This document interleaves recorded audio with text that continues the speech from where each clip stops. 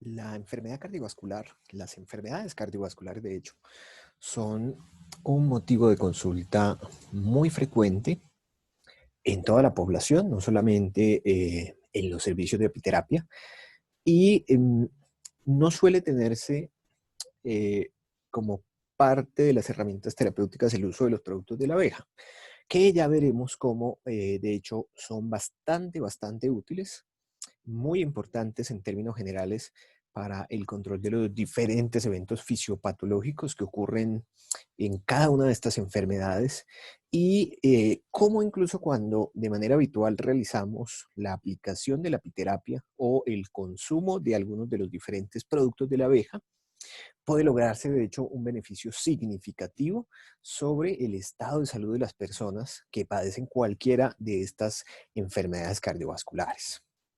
Como siempre, estaremos atentos a recibir cada una de las preguntas que ustedes tengan, bien sea a través de nuestro canal de WhatsApp, de nuestros correos electrónicos. Muchas veces las preguntas surgen un poquito después, entonces estaremos atentos a responder todas y cada una de las preguntas que tengan ustedes. Y también, como siempre, eh, colgaremos esta presentación, este video, en nuestro canal de YouTube. Ahí pueden ver incluso todas las demás grabaciones anteriores que hemos tenido de diferentes temas, de hecho, que estoy seguro que van a ser muy útiles para ustedes. Y en esta presentación vamos a enfocarnos principalmente en aspectos generales de las enfermedades cardiovasculares, del impacto que producen estas patologías y finalmente cómo realizar el tratamiento con apiterapia em, utilizando los diferentes productos de la abeja con el fin de tratar estas enfermedades. Y es importante entender que existen al menos tres grandes grupos dentro de todas estas enfermedades cardiovasculares. Mm, Una de estas son las enfermedades que derivan de la formación de ateromas en los vasos sanguíneos. Entonces tenemos la aterosclerosis, que puede presentarse a nivel del corazón o también a nivel de vasos sanguíneos importantes, por ejemplo, como la aorta. Tenemos también los trastornos de la conducción eléctrica en el corazón, que son todas las arritmias, bien sea por incremento en su frecuencia o por reducción en la misma. Y tenemos también el grupo de miocardiopatías, es decir, ya enfermedades particulares del músculo, del tejido muscular del corazón, propiamente dicho. Vamos a concentrarnos en esta presentación principalmente en las enfermedades derivadas de la formación de placas de ateroma a nivel de los diferentes vasos sanguíneos. Y estos ateromas, de hecho, con la progresión en el tiempo, terminan por obstruir de manera significativa el flujo sanguíneo, facilita la formación de trombos y finalmente va a producir isquemia en el tejido o los tejidos que se encuentren afectados por la misma. Es la causa de la mayoría de los infartos agudos del miocardio.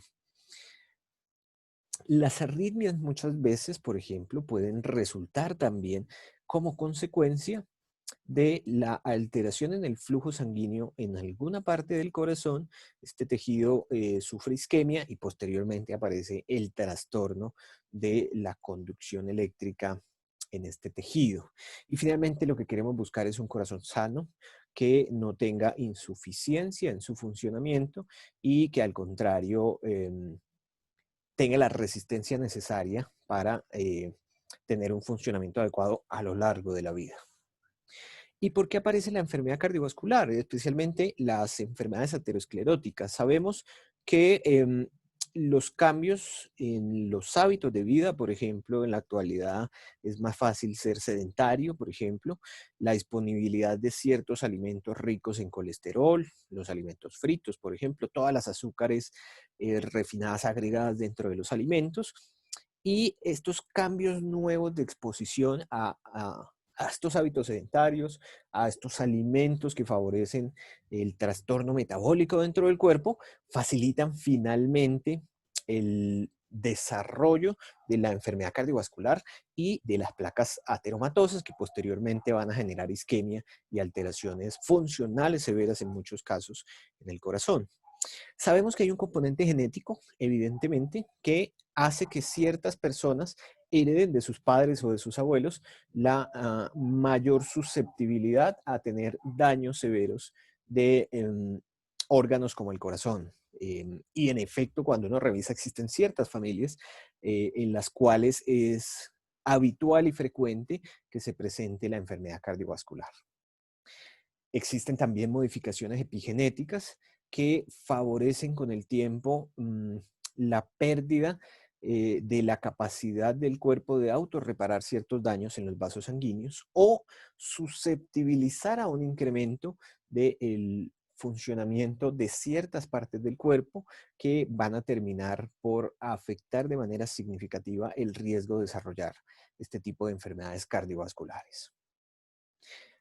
Las enfermedades cardiovasculares son un problema muy frecuente en todos los países del mundo.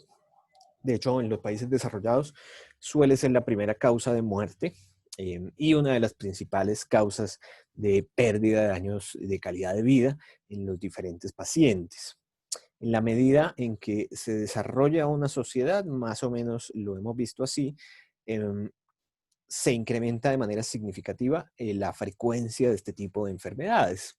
Y cuando se occidentaliza el estilo de vida o la dieta, también empiezan a verse incrementos en la frecuencia de este tipo de patologías.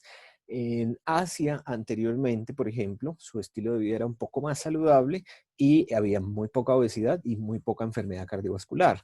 En la medida en que ciertos comportamientos y ciertos alimentos se han comenzado a volver mucho más habituales, es normal y natural que se incremente la frecuencia de la enfermedad cardiovascular. De las principales causas de muerte en la mayoría de todos los países. Y cuando uno revisa, entonces, por ejemplo, vemos que la isquemia, las enfermedades isquémicas del corazón, es decir, el infarto, suele ser la más frecuente de todas ellas, la que conduce a una mayor tasa de mortalidad, al igual que las complicaciones derivadas de una hipertensión no tratada de forma adecuada o incluso algunos otros trastornos menos frecuentes dentro de las patologías del corazón. Entonces, podemos ver que la formación de ateroma, la alteración en el flujo sanguíneo del corazón es de hecho bastante compleja, bastante grave y que conduce al desarrollo de múltiples enfermedades y de una alta mortalidad. Y podemos ver también que en los varones es mucho más frecuente su presentación, más que en las mujeres, principalmente porque los varones solemos tener ciertos comportamientos que son de más riesgo y que a la final van a terminar por conducir al desarrollo con mayor frecuencia de las enfermedades cardiovasculares. Y también, entre mayor es la edad, también es mayor la frecuencia de esta enfermedad, porque para su desarrollo se requiere la acumulación de años de alteraciones y de exposición a diferentes noxas sobre el cuerpo que van a terminar por desarrollar la enfermedad. El estilo de vida sabemos que está íntimamente ligado con el desarrollo de la enfermedad cardiovascular, con el desarrollo de las placas ateromatosas a diferentes niveles, entre otras porque la alimentación no suele ser siempre la más adecuada y esa exposición repetida, continua durante el tiempo, va a terminar por conducir em, al desarrollo de alteraciones funcionales de los vasos sanguíneos que van a afectar de manera significativa la forma en la cual funciona el organismo. El incremento en los niveles de colesterol en la sangre sostenido durante muchos años facilita también su acumulación a nivel de las arterias. A pesar de que existe cierta controversia sobre este tema, es claro que niveles altos de colesterol con el tiempo van a terminar por conducir al desarrollo de alteraciones del colesterol. Sabemos también que la oxidación tisular, la oxidación de los vasos sanguíneos, termina por alterar de manera significativa el endotelio vascular, el recubrimiento que tiene para que la sangre fluya de una manera natural, y esa oxidación, de hecho, ese estrés oxidativo, facilita la formación de placas de ateroma que van a terminar por bloquear el flujo sanguíneo hasta el punto en el cual se va a producir la isquemia tisular. Y este proceso de formación de las placas de ateroma es un proceso complejo, sostenido y largo, de hecho. Se requiere mucho tiempo para que se forme una placa lo suficientemente grande como para que impida la circulación sanguínea. Y ese proceso incluye, además del estrés oxidativo, un proceso inflamatorio sostenido sobre el endotelio. Eso va a generar alteración en su funcionamiento y posteriormente a la formación de una placa en la cual se pueden encontrar componentes celulares anormales, se puede encontrar también colesterol que se ha depositado dentro de él y el cuerpo hace una cicatriz que termina por afectar la luz del vaso sanguíneo. Aquí podemos ver cómo esa placa de ateroma, de hecho, reduce de manera progresiva la luz que tiene habitualmente el vaso sanguíneo, impidiendo la circulación de la sangre. Dentro de estos fenómenos tenemos oxidación de los lípidos, de las grasas que se encuentran circulando a nivel de la sangre y se produce una activación significativa de células como los macrófagos que producen mediadores de la inflamación que al final van a terminar por perpetuar este ciclo de eventos patológicos, de hecho, y generar la formación de la placa de la cicatriz que va a afectar de manera significativa su funcionamiento. Y dentro de los productos de la abeja, varios de ellos tienen efectos importantes dentro del control de estos procesos fisiopatológicos. Tenemos, por ejemplo, que el veneno de la abeja, la jalea real, inhiben de manera significativa el factor nuclear kappa beta, que está íntimamente relacionado con la evolución de la enfermedad cardiovascular. Estas células que se han inflamado, en donde se está empezando a formar la placa de ateroma, hiperexpresan el factor nuclear kappa beta, las lleva a un fenotipo proinflamatorio y eso facilita entonces la alteración funcional finalmente del endotelio vascular, produce más inflamación y al final crece de tamaño esta placa ateromatosa. Entonces, cuando uno utiliza veneno de abejas, también modulamos esa expresión del factor nuclear kappa beta relacionado con el proceso inflamatorio. También tenemos una inhibición selectiva gracias al uso del veneno de la abeja del factor de transcripción IRF8 implicado en los procesos de degeneración tisular derivados de un proceso inflamatorio crónico. Y mejora el balance TH1-TH2. Entonces, básicamente, el uso del veneno de la abeja en este caso es útil porque nos va a permitir disminuir ese proceso inflamatorio que está ocurriendo a nivel de los vasos sanguíneos.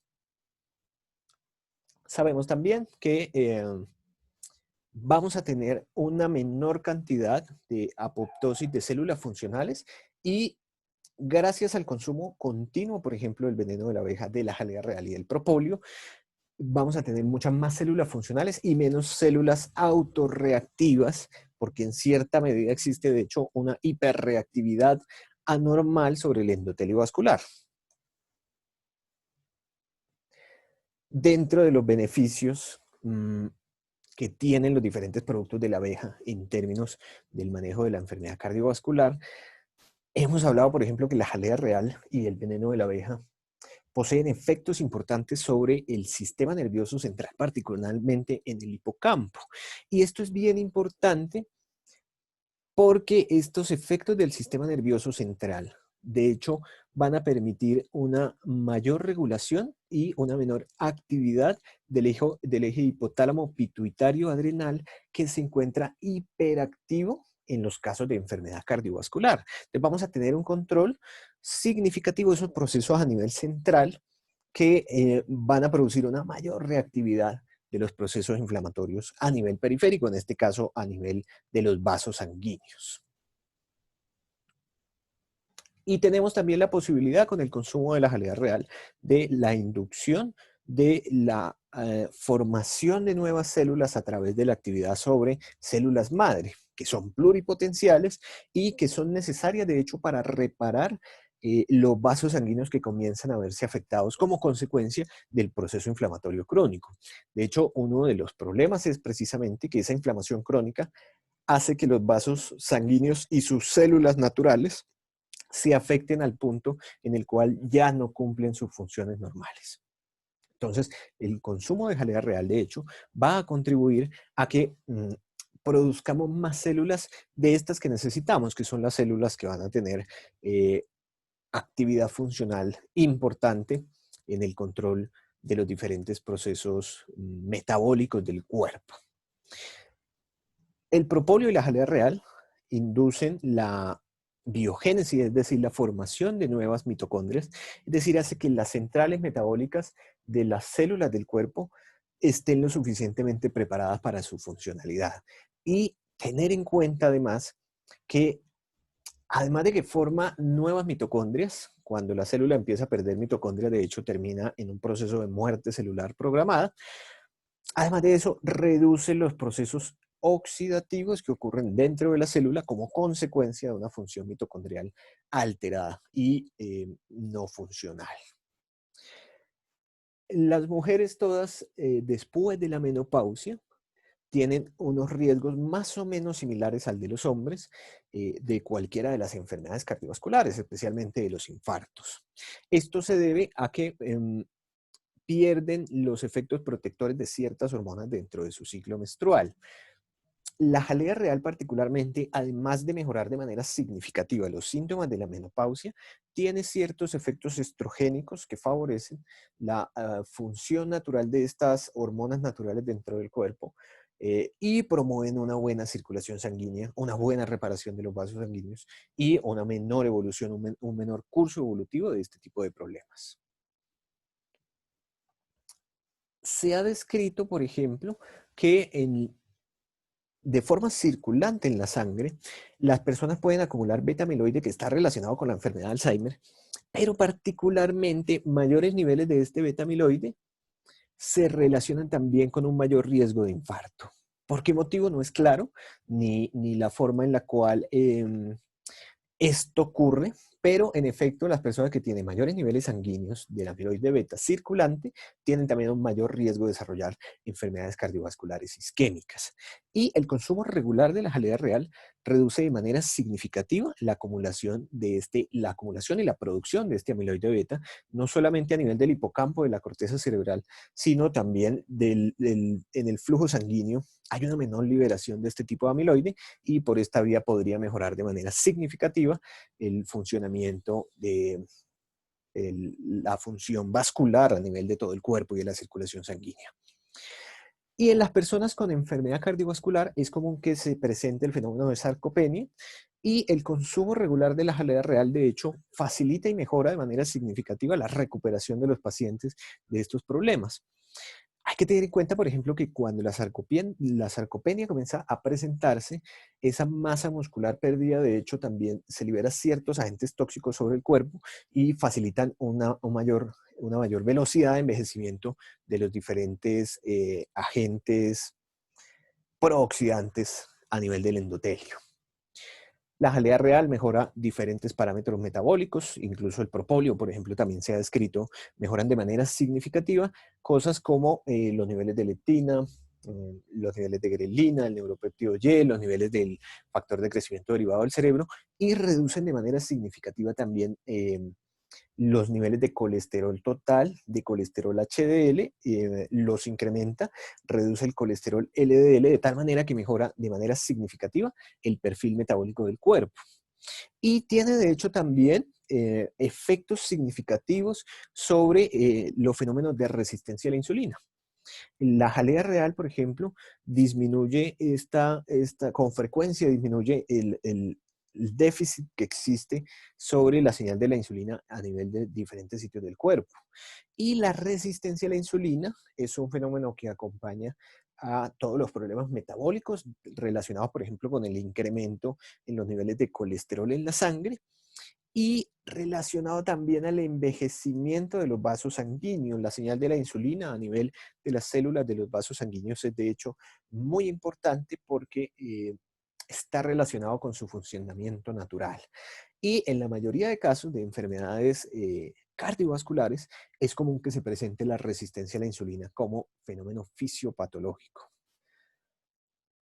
Reducimos el colesterol total, colesterol HDL, e incluso también los triglicéridos y mejoran los niveles, de hecho, del colesterol HDL, del colesterol bueno que debemos tener alto.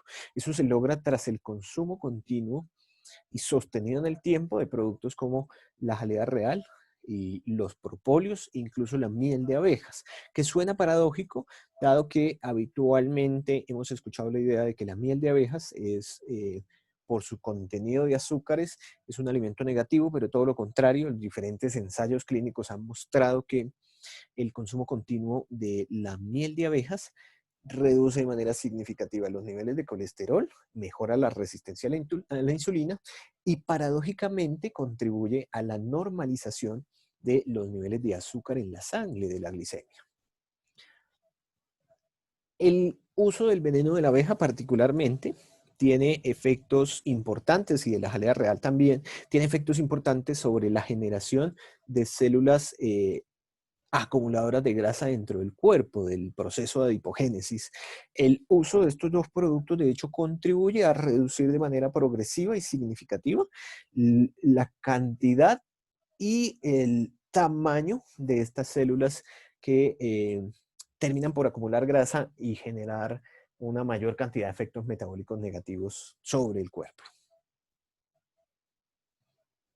El veneno de la abeja particularmente también tiene efectos sobre la liberación del factor de necrosis tumoral alfa, no solamente en la piel, sino de hecho a nivel de todo el cuerpo. Es decir, el uso continuo de estos productos de la abeja, como la jalea real, como el propóleo y como el veneno de la abeja, que tiene efectos sobre los procesos inflamatorios, reduce de manera significativa la producción de estos agentes mediadores de los procesos inflamatorios crónicos, lo cual al final terminará redundando en una menor cascada de respuesta inflamatoria sobre el cuerpo. La miel de abejas tiene una gran cantidad de sustancias, principalmente flavonoides y polifenoles, que tienen efectos importantes sobre el control de los diferentes procesos oxidativos sobre el cuerpo. El consumo regular de la miel de abejas, por ejemplo, permite el control de estos procesos oxidativos, bloqueando entonces así uno de los pasos fisiopatológicos habituales en la generación del daño endotelial y posteriormente de la aparición y desarrollo de la enfermedad cardiovascular. Miel de abejas controla y reduce de manera significativa los niveles de azúcar en la sangre. Efecto paradójico. ¿Por qué podría ocurrir esto? Digamos que todavía existen muchas hipótesis, pero sabemos que la miel de abejas mejora la resistencia a la insulina, mejora el perfil metabólico de hecho del cuerpo, incrementa la liberación de insulina en el páncreas, y esos flavonoides que contiene la miel de abeja producen modificaciones en la expresión de receptores, por ejemplo, GLUT4 principalmente, favoreciendo la entrada de la glucosa a nivel intracelular. Otro estudio en el cual, tras el consumo continuo de la miel de abejas en personas con diabetes, se mejoró el perfil metabólico, disminuyendo los niveles de la glicemia basal, disminuyendo los niveles del colesterol total e incrementando los niveles del colesterol HDL con el consumo regular de la miel de abejas en personas con diabetes. También se ha descrito que la miel de abejas contribuye de manera significativa a mejorar los niveles del marcador de la hemoglobina glicosilada 1C. Recordemos, los productos de la abeja inhiben de manera significativa, el veneno de la abeja particularmente, la expresión del factor nuclear kappa beta. Entre mayor expresión de ella se produce mayor evolución de la enfermedad. Este control sobre el factor nuclear kappa beta es supremamente importante en términos de evitar el avance degenerativo de la enfermedad cardiovascular. Diferentes esquemas que utilizamos. Cuando se diagnostica la enfermedad cardiovascular y se va a utilizar el veneno de la abeja, se puede utilizar el veneno de la abeja por vía inyectable. Se suele utilizar, de hecho. Mostramos aquí un esquema sugerido de tratamiento para la enfermedad cardiovascular ya establecida, pudiendo ser aplicada, por ejemplo, a través de una vía intravenosa. Aunque si uno está tratando otra enfermedad y está haciendo aplicación a nivel subcutáneo o por vía intramuscular, está perfecto, es válido, y esa misma dosis obviamente que va a servir también para el tratamiento de la enfermedad cardiovascular. Complementamos, como siempre, el proceso inyectable, dado que no lo hacemos todos los días, lo complementamos con el consumo oral también del veneno de la abeja. Y mostramos a continuación, en esta diapositiva podemos apreciar mm, los productos tomados que habitualmente utilizamos para el tratamiento de la enfermedad cardiovascular y sus efectos importantes. Entonces tenemos la miel con propóleo, que la utilizamos para el control del daño oxidativo a nivel de los vasos sanguíneos, la miel con jalea real, que tiene efectos sobre la resistencia a la insulina y los niveles del colesterol, la pitoxina tomada por vía oral, en este caso para el control de los procesos inflamatorios en el cuerpo, y la jalea real pura, digamos, sin mezclar, que nos permite modulación del sistema inmunológico, reducción de los niveles de colesterol y control de la resistencia a la insulina. Muchas gracias a todos por su atención. Recuerden, como siempre, pueden enviarnos sus preguntas al correo electrónico, a los correos electrónicos o a través de WhatsApp. Estaremos plenamente dispuestos a atenderlos y a sacar cualquier duda que pueda existir. Muchas gracias y nos veremos entonces en una próxima charla. Los esperamos pronto. Gracias.